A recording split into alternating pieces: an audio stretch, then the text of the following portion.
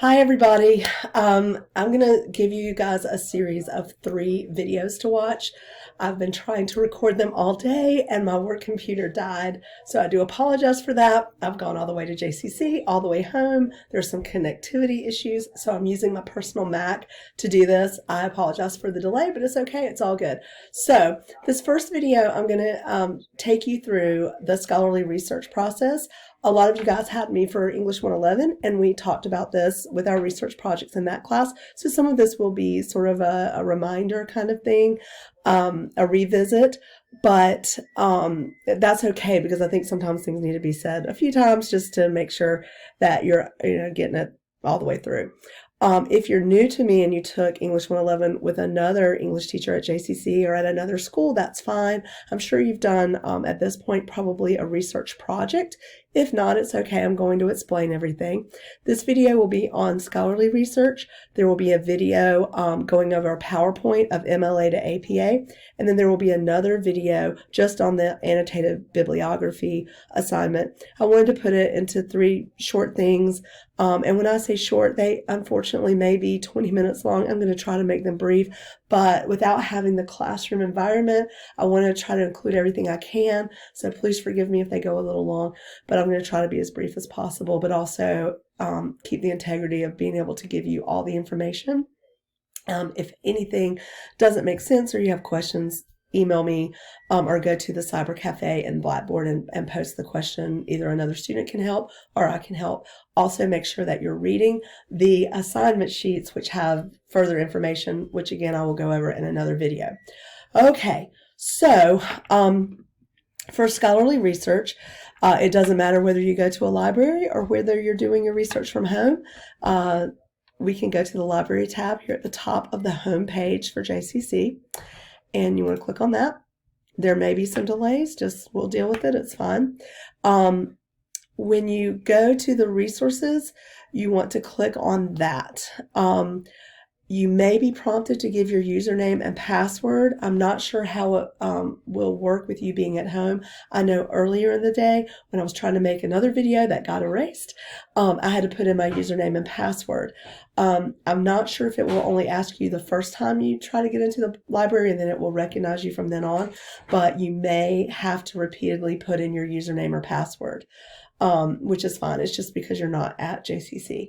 The other thing that I wanted to point out to you is if you are in a dual enrollment program and you're dually enrolled with NC State, ECU, UNC Wilmington, or Fayetteville, they have library access for you remotely as well, and you should be able to go into their library database and research with them as well. So hopefully you'll have a lot of opportunities for research. Okay. Just to kind of reiterate, last week before we went to online, when we were in class, we had some preliminary research discussions and a research project where you used Google, social media. You were encouraged to watch a TED Talk, perhaps, go to a professional organization. All of those things that you did with that preliminary research assignment, that was really just to get you familiar with some topics, to get familiar with some issues within your field of study or your career. That was not meant to be any kind of scholarly research that will take you forward into the upcoming assignments that you'll do for this class. Your first assignment will be the annotated bibliography. We've talked about that, but again, there will be another video that will take you step by step through that assignment. My English 111 folks did a brief annotated bibliography in English 111. Some of you may or may not be familiar with that type of assignment, but there will be a video to explain it. I'll be happy to answer any questions about that. So some of the things that you may be able to take forward, but you really need to scrutinize them for quality, for scholarly aspects, would be your TED Talk, a documentary, or something that was published in a professional organization website. A lot of times with professional organizations, they are publishing papers from their field of study, papers that have been presented at conferences, or journal articles that have been published in reputable places. I just always say make sure it's not biased, make sure it's not trying to sell something, and make sure that it is well-rounded and data-driven. If you use the documentary, once again, make sure that it's not one of those biased documentaries where they're trying to convince you of only one side. You also want to scrutinize that from a scholarly lens, and you want to make sure that it holds its weight with scholarly intent. So there are certain documentary filmmakers that are there just purely for entertainment, and you wouldn't want to choose one of those. It would want to be from a reputable filmmaker or a reputable organization that distributed that video. With the TED Talks, we've talked about this. You can have one TED Talk in your annotated bibliography. The people who do TED Talks are vetted. There's a process where they try out for that. Their credentials are reviewed, and for the most part, those people are reputable within their fields, and they're considered experts in their field. So I do allow one TED Talk for your annotated bibliography. You can also put up to 2 personal interviews. That is not always allowed in an academic document, but for this class, because we are exploring and researching a topic, and since the interview oftentimes gives you information from someone working in that field, I do allow up to 2 interviews. I only have the 1 interview assignment, but then I told you could do up to 2 if you chose to do an extra one. You can include that in the annotated bibliography. So moving forward, you're probably going to be looking for 7 to 10 sources with your scholarly research. If you found something in Google Scholar and it wasn't something that they asked you to purchase, it was something that was peer reviewed, you can also bring that into the annotated bibliography. Okay, so we're going to click on resources, and then we're going to look over to this left side column, and it says by subject, A to Z are ebooks. So I usually click on by subject, and I'm just going to take you through a couple of examples. There are 2 ways to look at this first page. On the right side of the page, they have all of these icons with the different databases. All of these databases are peer-reviewed. These are subscriptions that your library, and all university college libraries have subscriptions to these databases, because it's sort of a group that is reputable, that we know that you can use as scholarly research and scholarly inquiry. So any of these will be okay. All right, on the left-hand side, you have sort of a menu of choices, and I'll come to that later in our discussion. But if you are specific in an area of study, which you should be for your research topic, you can see if one of these choices on the menu fits your topic, and you may want to just go specifically to that area of study, and it will give you the databases that are most closely matched with your topic. The problem is all topics aren't represented in this list, and so it works for some and it may not work for others, but I'll kind of circle back and look at those. Okay, to start with, I want to sort of go through how sort of the top level of databases work. There is ProQuest, Gale, and EBSCO. Our library at JCC does not subscribe to EBSCO. If you are a dually enrolled student at another university, like you're dually enrolled in JCC and state or ECU, they may have EBSCO. So if you saw something that was a little different like that, the top 3 are Gale, ProQuest, and EBSCO, so it would be fine, if it looked a little different than what we have. We just all sort of pick, it's sort of like a magazine subscription or a streaming service subscription. You just sort of choose what works best for your environment, and this is what our library has chosen. Okay, so I'm going to start with opposing viewpoints. I'm going to click on that. Okay, it's asking me for my login, so you can see that I'm going to have to log in. So you may have to log in every time you go in to the databases. It may or may not recognize your computer. Or if you shut down your computer, it may not recognize it. Earlier today, it was being a little slow, but probably everybody's working from home. So anyway, this is a Gale produced product, and Opposing Viewpoints usually has contemporary topics, most recently published things. It could be from a newspaper, a magazine. It's just considered more of a contemporary view of research in that category or that topic. I wanted to point this out to you because, and as we see, infectious diseases pops up first. That's because they're trying to find the most current issues that are being discussed in news and publications. You may want to search opposing viewpoints because as we do this research, we're sort of taking an argumentative stance on a research topic. You're going to be trying to prove something, a solution to the issue or problem that you've found of interest within your field of study. So while I don't require an opposing viewpoint article or anything, and if you hear my house, I'm just at home and you just have to deal with the dogs going in and out and the doors opening and closing. I apologize for that. But no different than class when people come in and out. But with your annotated bibliography, I do not require an opposing viewpoint source, but I think it's really savvy to go ahead and find one if you can, because as we progress, you're going to need, especially in your proposal, 1 to 2 sources from the opposing viewpoint. So again, with your annotated bibliography, we're sort of getting some sources together, but by the time you get to your proposal, you're going to be actually proving the claim for your topic. So we've got to settle in on this now, and I'll talk about that further in the annotated bibliography video. But it's not a bad idea to go into opposing viewpoints, see if you can't find something either here or in one of the other databases for the opposite view. So I'm going to do a few searches here, just make-believe searches. My husband works in medical gases. We're in a time right now that a lot of hospitals are at capacity with testing and using equipment and everything. One of the things that he's dealt with probably for the last 10, 15 years in his industry is a shortage of helium. So he is an industrial engineer, so that would be one field of study that he's dealing with this for.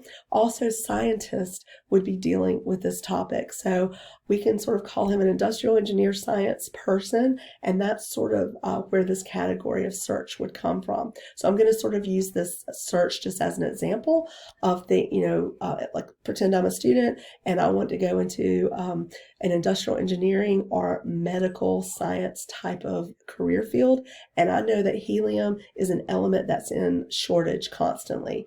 A lot of us use helium at parties, and then we only kind of think of helium as the fun thing, but it's actually used for a lot of medical uses, and one of them is MRI machines. So when it's in shortage, the hospitals have to make decisions about who gets an MRI test, and we don't want that to happen if we or our loved ones are one of the people who need that MRI machine test. So in his industry, they are constantly trying to find solutions to the helium shortage. If you've been in a store recently, I would say in the last year, like a Party City or a dollar store or something like that where they do balloons, you've probably noticed at times they put signs up that say we can't get helium, and that's because the industry drives this need to keep helium just for the medical uses only. So I'm just going to use that as an example for the searches just to make it easy. So let's say I'm researching issues with helium shortage. So I'm just going to start with this here. And I encourage you to switch up your search engine topics and phrases because you'll get different hits the more you do that. So as we see, there's some things that came up. I do not know. Some of these do not make sense to me, but of course I'm not. Here's some biogas things. Here's an audio file on the global helium shortage and why it's making prices go up. And here's some news articles. This is I think I've looked at this one before. Don't inflate the party. A lot of people were upset because Party City took away the helium. That would be an opposing viewpoint. So if you were arguing that we should control the helium supply, you could argue that in America, we're in a free kind of society of capitalism and being able to have businesses that sell all sorts of things, and we shouldn't have those supplies depleted for whatever we want to use them on. So that might be your opposing viewpoint right there. Helium shortage takes the air out of balloons. So the opposing viewpoint could be that while helium is very important to the medical community, it's also important to just regular citizens who want to use it for fun and entertainment, and that is a need in the marketplace. So why can't we fill all the needs? I hope this is making sense, but you want to think globally about your topic and your side of the argument, and then what the opposing viewpoint might be as you're looking for some of your research. Okay, so that is the opposing viewpoints side. I'm going to sort of back out of this, and I'm going to go back in. Hopefully it will not take me back to opposing viewpoints. And it did. So let's go back up here to community college. I might have to reload it. Just bear with me. We're not going to worry about it. We're just going to go through this, and it's going to work. Okay. It's okay. We're going to go just back in through the library. If this happens to you, that's fine. Don't let it bother you. Go back to library. Hopefully it does not remember where I was. So I'm going to go by subject again. All right, we're back to our database area. Whether you're going to NC Live or ProQuest or Gale or any of these, you're going to basically do the same things. I'm going to use NC Live because that's probably the best clearinghouse. It's like the big box stores, like a Walmart or a Sam's Club or something. It just has everything, so it's a good place to start. Okay, so I'm going to just continue issues with the helium shortage. And I can't spell, so let me go back. All right. Yes, I did mean helium shortage, so let's go back to that. All right. So the thing I love about NC Live is it puts it into categories for you. So it tells you right off the bat, you don't even have to sort of shift through it. Scholarly articles, news magazine articles, and I would say just use your best judgment on the news and magazine articles. They're here for a reason. They're from reputable news services, so you should be able to use them.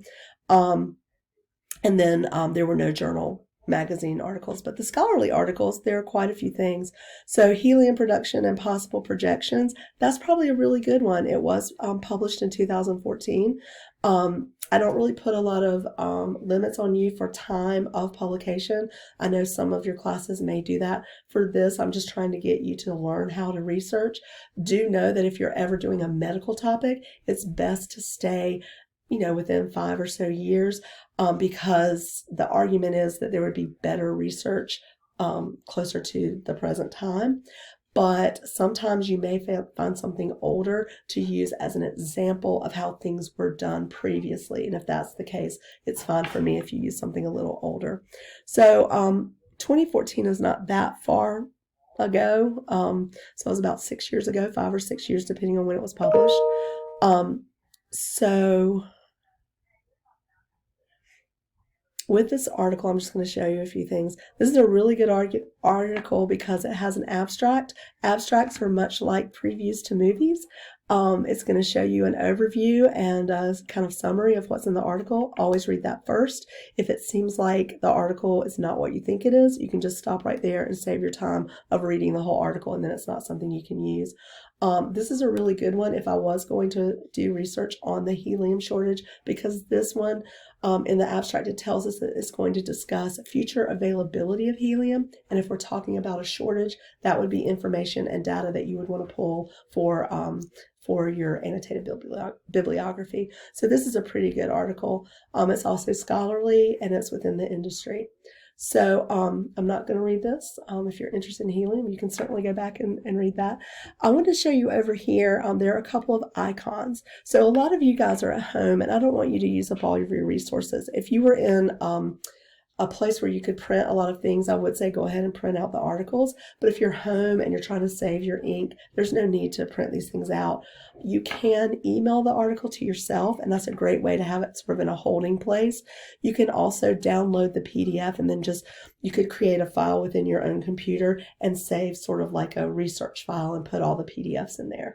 The thing you don't want to do is just read through these articles, tell yourself, hey, I'll come back to it, because you're going to forget where you saw it. There are a lot of databases, a lot of titles to things. You're going to be using a lot of search phrases and search words, and you're not going to remember exactly where that article was. So I would suggest either downloading the PDF or emailing it to yourself. If you've got an unlimited supply of paper and ink and you're not worried about that, which I think a lot of us are worried about supplies right now, you can print it. But a lot of these articles are 20 pages, and I don't think it'll do you much good to print it. I think it's better just to hold it somewhere. But by all means, do not let a good article go, because I've had it happen to me and I've seen it happen to other students where they lose the article that they really were counting on for something and they can't remember how they found it.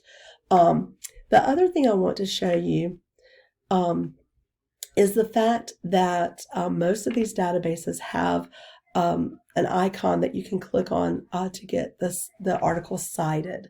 You want to go ahead and do this, and then start just a regular Word document where you're putting these citations in there. Or you can always come back to it, but I've always found it's just easier to have a little holding spot in a regular document where I've already cited everything. So I believe the default in most of these is APA. I will tell you that there's a new version, a new edition of APA. It's the 7th edition. It came out, it was either right at Christmas or right after the spring semester started.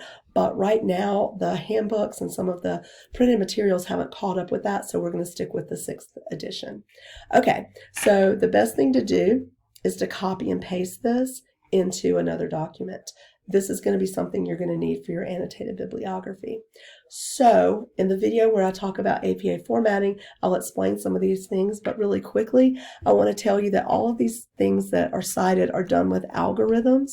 So sometimes there are mistakes. I find mistakes all the time with these citation machines. I think your best bet is in the scholarly realm and not like a EasyBib or something, but they still make mistakes. One of the biggest mistakes I see is you'll see the title in all caps, and that is not correct for APA. Since it's an algorithm, since it's sort of a program thing, if the title in the actual article is in all caps, sometimes it's not caught and it ends up in all caps in the citation. So that's something that you would have to manually change. So with APA, only the first word in the title is capitalized. The two exceptions to that would be the first word after a colon or a proper noun. Those can be capitalized, but everything else has to be lowercase. If you transfer this title into a paper, you have to manually capitalize the whole title, because in the text of a document, the title has to be capitalized. But in the citation for APA, they don't capitalize the entire title. I don't know why, but that's just the rule they have. The other marker for APA is the first initial of the author is used and not a full name. I often joke that APA people are scientists and they don't care who the authors were, so they don't want to give them full credit. But APA just likes things short and simple, and so you just use the first initial. The other thing is the publication is always italicized. That's something that isn't always caught in the transfer into the citation, so you need to check that. And then you're going to always have a DOI, which is a digital object identifier, or the URL for where you found that article. If you have a choice between a URL and a DOI, always choose the DOI, because that's a permanent address and the URL can change or be broken. Again, we'll talk about that more in the APA MLA discussion video. Okay, so that's sort of a quick tour of NC Live, and the different databases that you'll go to will have different icons, and maybe they'll be in different places on the page, but they will have these same kinds of functions. Okay. The last thing I want to go over with you is booleans. We've talked about these in class. It's spelled B-O-O-L-E-A-N. A boolean is a way to streamline your search topic and your search phrases.